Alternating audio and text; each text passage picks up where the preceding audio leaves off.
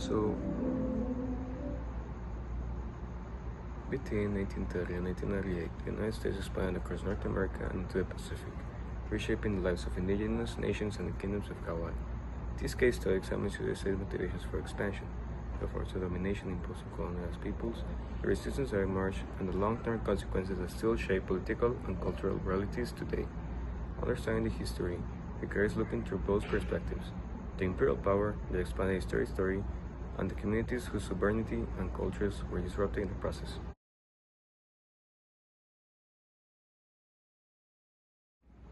Okay, so let's dive into what were some motives of the imperial power. So the United States justified expansion using the Manifest Destiny, an ideology claiming that the Americans were destined to civilize and control the continent. Economically, indigenous lands offer fertile farmland, ranching space, trade routes, and mineral wealth, while Hawaii provided ideal conditions for the sugar industry. Geopolitically, U.S. leaders sought Pacific control, especially naval dominance, to protect trade networks and prevent the European powers from gaining influence in the region. Politically and culturally, expansion was framed as the spread of American democracy. Even though indigenous nations and Hawaii Kingdom already had complex political systems of their own, underlying these motives were racial beliefs that characterized indigenous and native Hawaiian people as inferior and in need of civilization, a justification commonly used to legitimize violent expansion.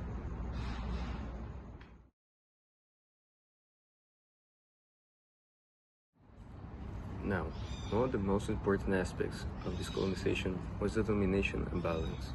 U.S. expansion resulted in widespread violence and displacement. In North America, the U.S. government forcibly removed indigenous people from their homelands, leading to events such as the Trail of Tears and the Navajo Long Walks of 1864. Military campaigns targeted the Lakota Sioux, Cheyenne, and other nations, with massacres like Sand Creek demonstrating the brutality of the era. After removal, indigenous people were confined to reservations under federal control, where broken treaties, starvation, and poverty became systematic. The suppression of culture continued through boarding schools that imposed English, Christianity, and manual labor while banning indigenous languages.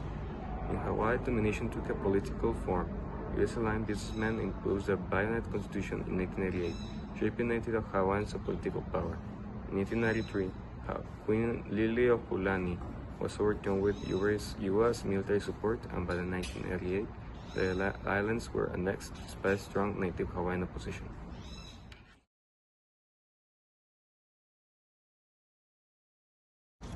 Now, there are many legacies that were left behind after this happened. Because despite violence and political pressure, the indigenous and native Hawaiian people resisted colonization. The Lakota fought in multiple wars. The Cheyenne resisted even after Sand Creek, and the Navajo resisted military prior to a long war.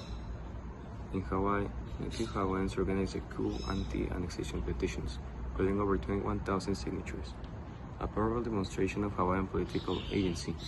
Queen Liliuokalani continued her constitutional advocacy, although U.S. authorities ignored these efforts. Neither the indigenous nations nor Hawaii achieved independence.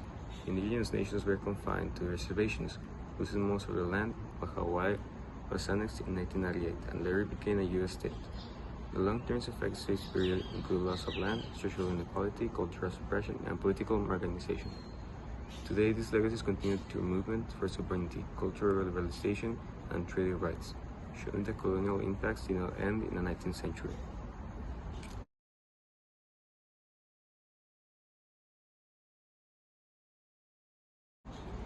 To conclude this video, I want to reflect on something.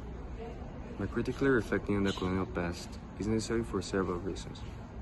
First, it challenges myths that portray U.S. expansion as peaceful or inevitable, instead exposing its violent and coercive dimensions.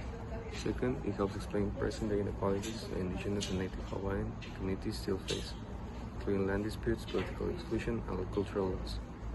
Third, reflection reinforces the importance of honoring treaty obligations and respecting indigenous and Hawaiian sovereignty today. Understanding this history is not only about the past, it is essential to build a more just, accountable relationship between nations and communities whose homelands were transformed. Thank you.